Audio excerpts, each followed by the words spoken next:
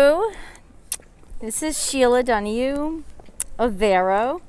You can see my face, but because I'm in Italy, I'm in Bologna, and you're supposed to wear a mask outside. So Vero curates small production wines and olive oils from around the world, and we sell them to consumers and businesses across the U.S. Our website is verovinogusto.com, like our handle, Vero Vino Gusto.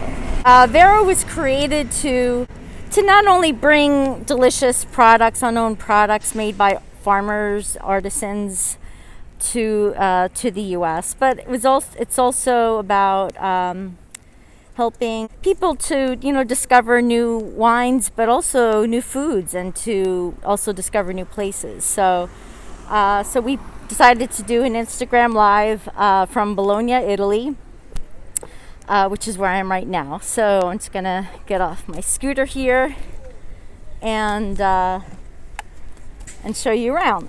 So yeah, so Bologna, for those of you who don't know, is in north central Italy. So it's above Florence, just north of Florence, and it's south of Venice. So a lot of tourists that come to Italy, a lot of times they don't stop in Bologna. They'll just keep going on the train and go to the main tourist cities in Italy. But since Bologna has less tourists, it creates, I think, more of an appeal because when you're here, you're kind of getting an inside look into a typical life of an Italian. Bologna has a medieval historic center and a lot of history. So the oldest university in the world is in Bologna. But where I am right now is not in the center. It's just west of the center of this historic center of Bologna. So we're in the Bologna city, but not basically where all the tourists go. We're in a neighborhood that's very Bolognese. We're going to be going to a bakery. So Bologna is known as the food capital of Italy. So by kind of diving into learning about some of the culinary specialties here, you'll learn about Bologna, and then we're also going to be showing you how to make one of the specialty pastas of Bologna. So we're here at Panificio Tubertini. Hi. And this is Federico Tubertini. Hello guys, this is my shop. The shop in this street started in the 1961. That my grandfather was involved in this business since 1930, around 1930. The shop never changed in the last 30 years. We can go inside. This is one of my employees, Luca. Hello, my name is Luca. This behind Sheila, this is Silvio, my employee's dog. He's like a son for us. Bravo! Unfortunately, we finished most of our products because the shop usually closes at 7 o'clock. Cakes, typical Bolognese cakes. Torta della nonne, crostate, made with apricot. Rice cake, very typical from Bologna. Apple cake is very similar to apple pie, American apple pie. Almost strudel. This is not Bolognese, but it's very popular in this street. I'm very passionate about strudel. This is where we make most of our products. The work area, the church. The machines are very, very old. especially that and that. That Oh, is this? very, very old. Yeah? She worked a lot. It's a long life, more than 60 years. Making passatelli. Passatelli is not Bolognese specialty. It's from Romagna. But it's very appreciated by our clients. It's a very simple. It's a very simple product. It's made with eggs, flour, bread, Parmesan cheese, very high quality. Everything is mixed with the eggs for not more than 5 minutes. And in this product is the ingredients quality. Okay, so you have flour, Flour, eggs, bread. like breadcrumbs? Yeah, Okay. breadcrumbs, and Parmesan cheese, 24 months invecchiato. It's, Aged. Okay. very important. Turn and mixed for not more than 5 minutes. And So basically, you can't really see this, but oh, there you go. Yeah, But it's I just like can a show regular you. mixer, cake mixer. can- So what's going on now with the passatelli? yeah, we need another 2 minutes. Another 2 minutes, so Yeah, not more. it's about five minutes or so that you have to mix it. Some flour to correct Ah, passatelli, because sometimes it could be tender, it could be hard, and so so it has to be the right necessary. consistency. yeah. Okay. Yeah, to put more consistency. Okay. And so fede. What other kinds of pasta do you make? Here, zuppa imperiale, tortellini, tortelloni, most of the typical Emiliano pasta, the typical, and we also make gnocchi. That is very popular and is made with potato and water. This is the pasta. So this is flour, eggs, Parmesan cheese, Yeah, and breadcrumbs. and breadcrumbs. So it's actually very simple pasta Yeah, it's that you very can make at simple. home. The most important is the high quality of the ingredients. So what's this? This- What's that? This is. They had to stay vermicelli. Oh, it looks like worms. Yeah, it's not bad. So It's relaxing. I want to make I it. want to see what this thing is that you're using.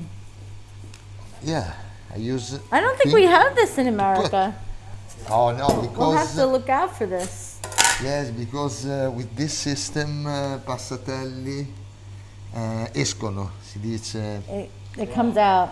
the consistency is better Okay. than the machine.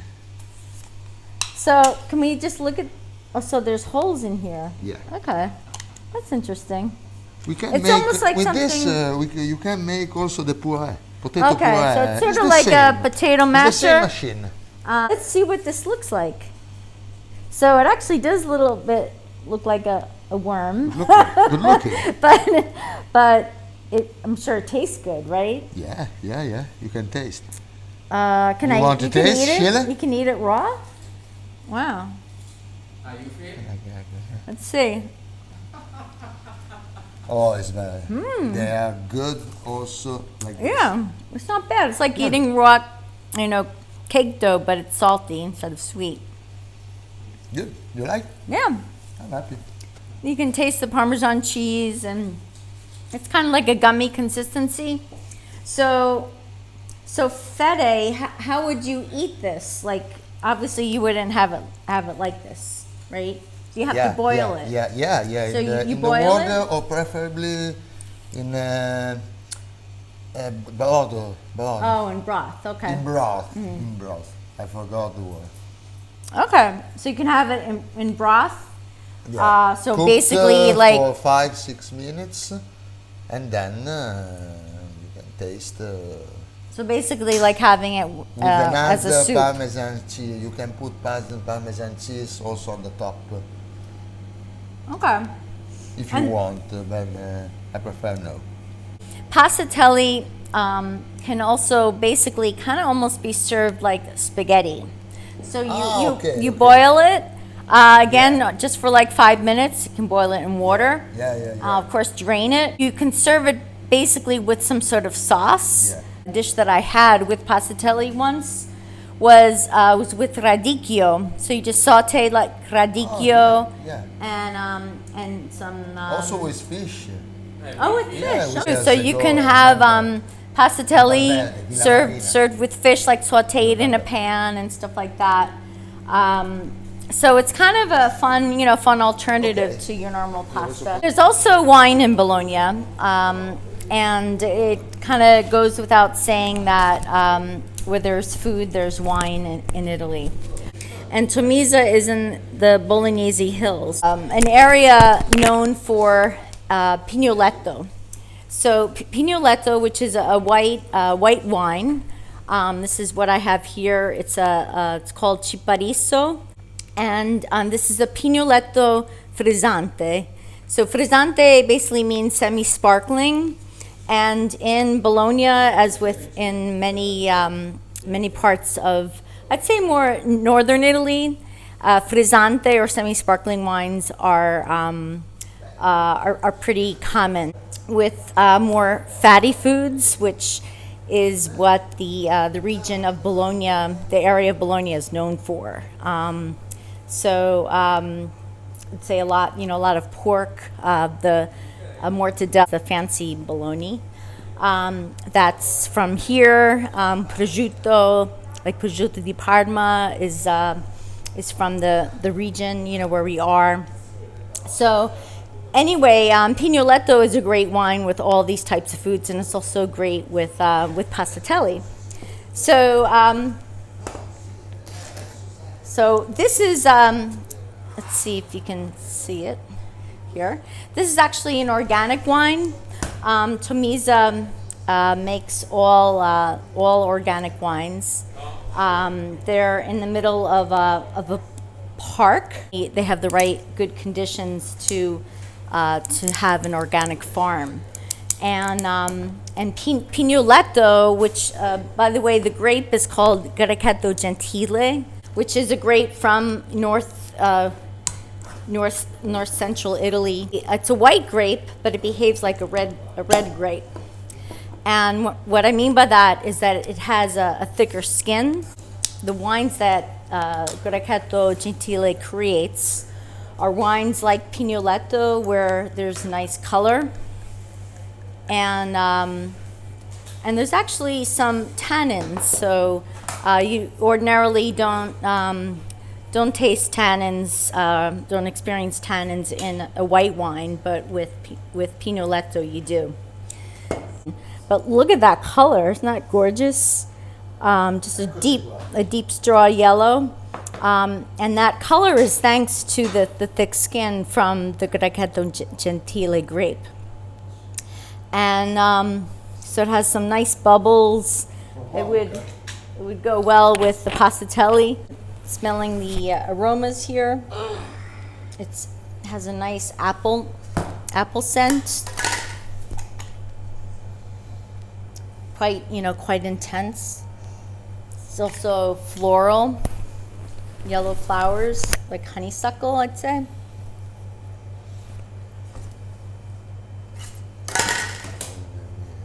You taste the tannins. I feel them kind of gripping a little bit on the side of my mouth. So it is evident that it's a Granato Gentile wine. It has a nice freshness to it. So yeah, we're gonna have this with some pasta tonight. Obviously, passatelli. Pair it with some Tomisa Ciparisso. So look out for our blog post on passatelli. Sign up for our newsletter on verovinogusto.com so you'll get it. Continue to follow us and have a good rest of your weekend. Bye. Bye.